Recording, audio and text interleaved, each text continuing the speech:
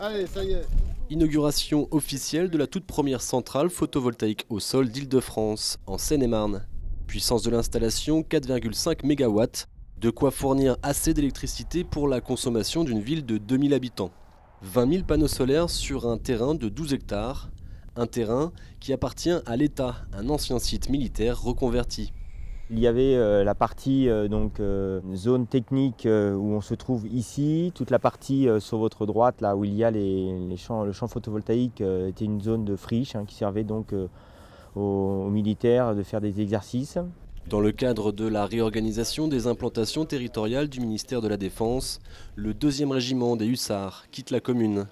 L'État confie alors le terrain à la Sovafim, une entreprise publique de valorisation foncière. Un partenariat se crée avec Sunco GC, un des spécialistes français dans le secteur du solaire. Ensemble, ils décident de répondre à l'appel d'offres du gouvernement en 2009, qui portait sur la construction d'au moins une centrale solaire au sol dans chaque région de France. Un projet que le gouvernement va finalement déclarer sans suite fin 2010. Et à ce moment-là, à la fin de l'année 2010, nous nous sommes mis en situation de réaliser ce projet en dehors de l'appel à projet, c'est-à-dire dans les tarifs de l'électricité qui prévalait à l'époque, 35,4 centimes le kilowattheure. Et pour que nous puissions bénéficier de ces tarifs, il était indispensable que nous réalisions la centrale avant la fin du mois de février 2012. Grâce à ce tarif d'achat, la société pourra rembourser son investissement de 13 millions d'euros en 10 ans, malgré le faible ensoleillement de la région.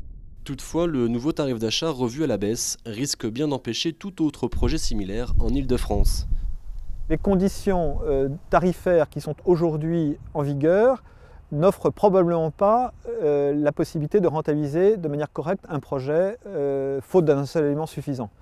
En tout cas, tant que les progrès techniques sur la fabrication des composants et sur la réduction des coûts ne compensent pas cette baisse tarifaire. Et sur ce point, les professionnels du secteur restent plutôt optimistes. Cette centrale-là, maintenant, on la construirait, on aurait au moins 30 ou 40% moins cher, puisqu'il y a des progrès qui sont faits et c'est permanent. Donc il y a toujours un ajustement qui doit être fait un petit peu entre le prix de rachat et la réalité des coûts. On va dire qu'actuellement, le curseur a été un peu loin et qu'il y a un petit décalage entre le coût et effectivement le prix de rachat pour l'Île-de-France. Mais c'est évident que dans 1 an, 2 ans, on arrivera à un point d'équilibre et qu'on pourra retrouver des centrales dans l'Île-de-France. En attendant, en Île-de-France, d'autres projets similaires, dont 4 en Seine-et-Marne, ont dû être abandonnés.